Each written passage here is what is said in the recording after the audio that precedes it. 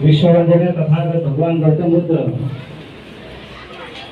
माता रमाई, माता भीमाई या महामातेच्या त्यागाला त्रिवार अभिवादन करून सन्माननीय व्यासपीठ तसेच या ठिकाणी जमलेले पदवीधर पंचायत समिती शाखा क्रमांक 757 संलग्न माता रमाई आंबेडकर विचार मंच या सर्व संघटनेचे तसेच शाखेचे पदाधिकारी कार्यकर्ते तसेच बालगोपाळ बांधवांनो, या ठिकाणी आज धम्मचक्र प्रवर्तन दिनाच्या निमित्त या ठिकाणी आपण या ठिकाणी जमलेलो आहोत. 2 तारखेला धम्मचक्र प्रवर्तन दिन हा जवळजवळ संपूर्ण महाराष्ट्रामध्ये साजरा करण्यात आला. त्याच्यानंतर आज दिनांक 5 आपण शाखेच्या माध्यमातून धम्मचक्र प्रवर्तन दिन साजरा करतोय.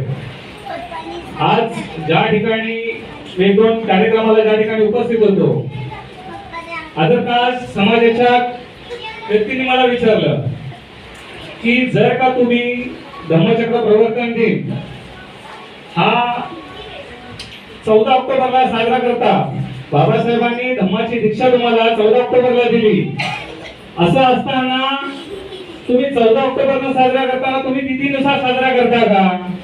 म्हटलं बाबा, कदाचित तुला आमच्या धम्माचं ज्ञान कमी असेल. आमच्या धम्माचं ज्ञान काय आहे की 14 एप्रिलला आम्ही बाबासाहेबांची जयंती साजरी करतो. 14 एप्रिल नंतर जवळजवळ जूनच्या एंडिंग पर्यंत आम्ही बाबासाहेबांची जयंती साजरी करत असतो. हे तुला माहित आहे का? हा बोलतो मी पाहिली आहे. म्हटलं पाहिली आहे ना, तर जर का सम्राट अशोकांनी बौद्ध धर्माची दीक्षा घेतल्यानंतर बाबासाहेबांनी तोच दिवस आणि तीच पौर्णिमा हाताशी धरून किंवा त्याचं औचित्य साधून धम्मदीक्षा घेतली नागपूर या ठिकाणी.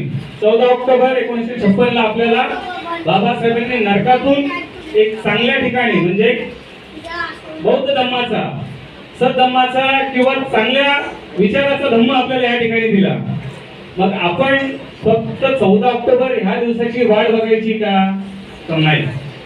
14 ज्या पद्धतीने आपण 14 एप्रिल नंतर जून पर्यंत बाबासाहेबांची जयंती साजरी करतो, तर माझं म्हणणं आहे की 14 ऑक्टोबर ज्या पद्धतीने बाबासाहेबांनी आपल्याला नरकातून स्वर्गात आणलेलं आहे, म्हणजे ह्या चिखलातून आपल्याला कुठेतरी फूल म्हणून आपल्याला जगण्याचा त्या बाबासाहेबांनी आपल्याला मार्ग दिलेला आहे. त्या मार्गाचा आपण 365 दिवस हे धम्मदीक्षा किंवा धम्म परिवर्तन हे आपण जोपासलं पाहिजे, जेणेकरून बाबासाहेबांनी त्यावेळेस लाखो अनुयायांना धम्माची दीक्षा दिली.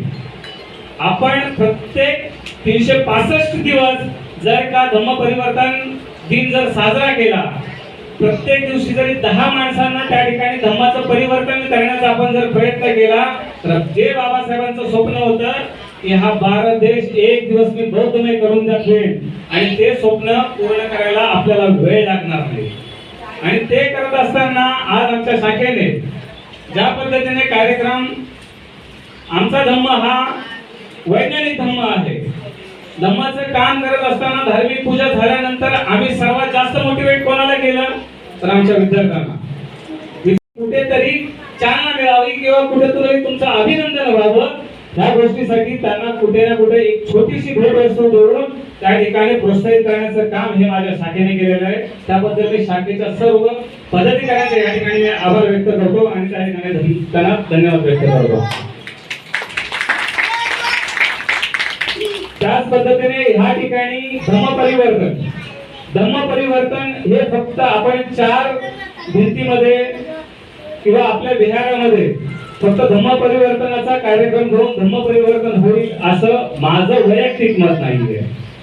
बांधवांनो, थोडस वेगळ्या मार्गाने मी कदाचित बोलू शकेन, तसं कोणी वाईट वाटून घेऊ नका.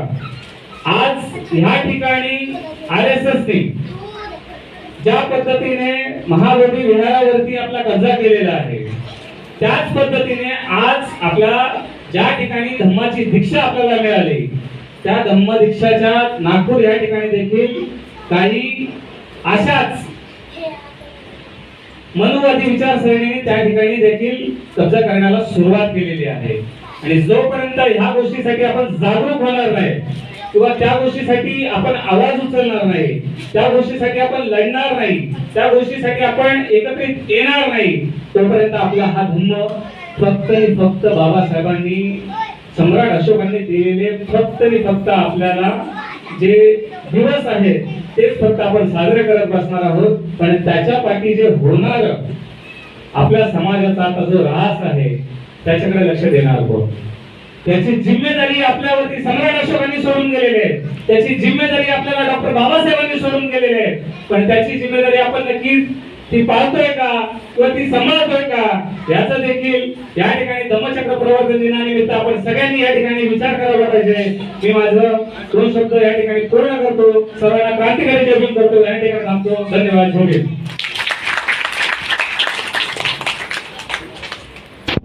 Gracias.